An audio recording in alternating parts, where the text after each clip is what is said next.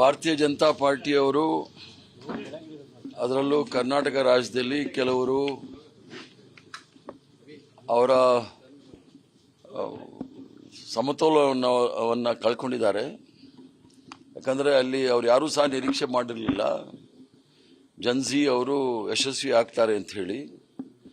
ಅವರ ಶಿಕ್ಷಣ ಸಚಿವರು ರಾಜೀನಾಮೆ ಕೊಟ್ಟ ನಂತರ ಇವರು ಎಲ್ರಿಗೂ ಸಹ ಒಂದು ಭಯ ಹುಟ್ಟಿದೆ.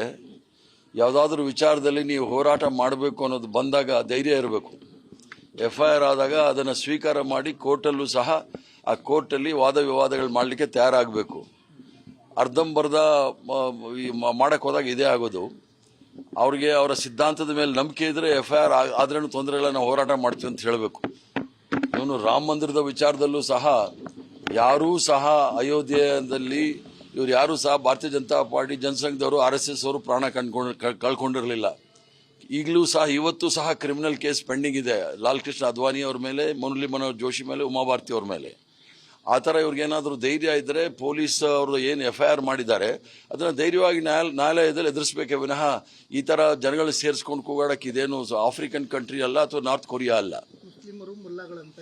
ಅದೇ ಅವ್ರಿಗೆ ಮುಸ್ಲಿಮು, ಪಾಕಿಸ್ತಾನು, ಮಚಲಿ, ಮಟನ್ನು, ಮಂಗಲಸೂತ್ರ ಅಂದ್ರೆ ಅದು ಬಿಟ್ಟರೆ ಬೇರೆ ಏನು ರಾಜ್ಯದ ಬಗ್ಗೆ ದೇಶದ ಬಗ್ಗೆ ಗೊತ್ತೇ ಇಲ್ಲ ಅವ್ರಿಗೆ.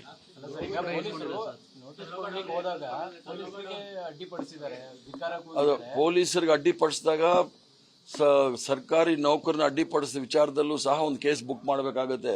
ಆ ಥರ ಮಾಡಲಿಲ್ಲ ಅಂದರೆ ಪೊಲೀಸರ ವಿರುದ್ಧ ನಾನೇ ಹೋರಾಟ ಮಾಡಬೇಕಾಗುತ್ತೆ. ಯಾಕಂದರೆ ಯಾರಾದರೂ ಒಬ್ಬ ಪೊಲೀಸವ್ರು ತಡೆದ್ರೂ ಸಹ ಅವ್ರಿಗೆ FIR ದಾಖಲಾಗುತ್ತೆ. ಅವರ ಕಾರ್ಯನಿರ್ವಹಣೆಗೆ ಅಡ್ಡ ಹಾಕಿದ್ರೆ ಅದರ ವಿರುದ್ಧ ಅದರಲ್ಲಿ ಕಾನೂನು ಕ್ರಮ ತೆಗೆದುಕೊಳ್ಬೋದು. ಆ ಕ್ರಮ ತೆಗೆದುಕೊಳ್ಬೇಕಾಗುತ್ತೆ.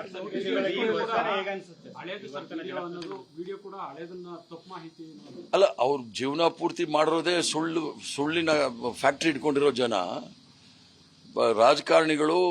ಪೊಲೀಸ್ ಈಗ 5 ವರ್ಷದಿಂದ ಜೈಲಲ್ಲಿ ಇಟ್ಟಿದ್ದಾರೆ, FIR ಕೂಡ ಮಾಡಿಲ್ಲ ಉಮರ್ ಖಾಲಿದ್ಗೆ. ಇಂಥವ್ರಿಗೇನು ಇವರೇನು VVIPಗಳ? ಇವರು ಸಂವಿಧಾನದಿಂದ ಮೇಲಿರ್ತಕ್ಕಂಥವ್ರ, ಕಾನೂನಿನ ಮೇಲಿರ್ತಕ್ಕಂಥವ್ರ? ಈ ದೇಶದಲ್ಲಿ ಎಲ್ರಿಗೂ ಒಂದೇ ಕಾನೂನು. ಉಮರ್ ಖಾಲಿದ್ಗೂ ಆ ಕಾನೂನು ಇದೆ, ಇವ್ರ ಮೇಲೂ ಆ ಕಾನೂನು ಆಗಬೇಕಾಗಿದೆ.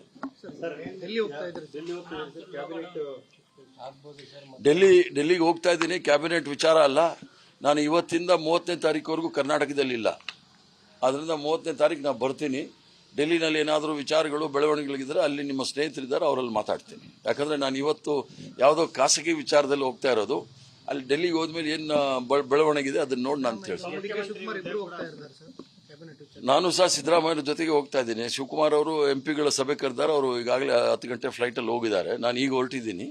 ಅಲ್ಲಿ ಹೋದಾಗ ಏನೋ ಬೆಳವಣಿಗೆ ಇದ್ದರೆ ನಿಮ್ಮ ಸ್ನೇಹಿತರಿಗೆ ಸಿಗ್ತೀನಿ. ನಾನಾದರೂ ಹೋಗ್ತಾ ಇರ್ತಕ್ಕಂಥದ್ದು ನಾನು 3 ದಿವಸಗಳ ಕಾಲ ಕರ್ನಾಟಕದಿಲ್ಲ. ಅದಕ್ಕೋಸ್ಕರ ಡೆಲ್ಲಿಗೆ ಹೋಗಿ ಆ ಕಡೆ ಹೋಗ್ತಾ ಎಲ್ಲ ನಿರೀಕ್ಷೆ ಮಾಡ್ತಾ ಇದ್ದೀವಿ. ಹೈಕಮಾಂಡ್ ತೀರ್ಮಾನ ತೆಗೆದುಕೊಳ್ಬಹುದು ಅನ್ನೋ ಭರವಸೆ ಇದೆ. ಅದೆಲ್ಲ ಊಹಾಪೋಹಗಳು. ಮತ್ತೆ ಅದಕ್ಕೇನಂತೀರ, ಅವರು ಬಲ್ಲ ಮೂಲಗಳಿಂದ ಅಂತ ಹೇಳಿದ್ದಾರೆ. ಆ ಬಲ್ಲ ಮೂಲಗಳಿಂದ ಅಂದ್ರೆ ಯಾರು ಬಲ್ಲವರು ಅನ್ನೋದನ್ನ ಅವ್ರನ್ನೇ ಕೇಳಿದ್ರೆ ಬಹಳ ಒಳ್ಳೆಯದು.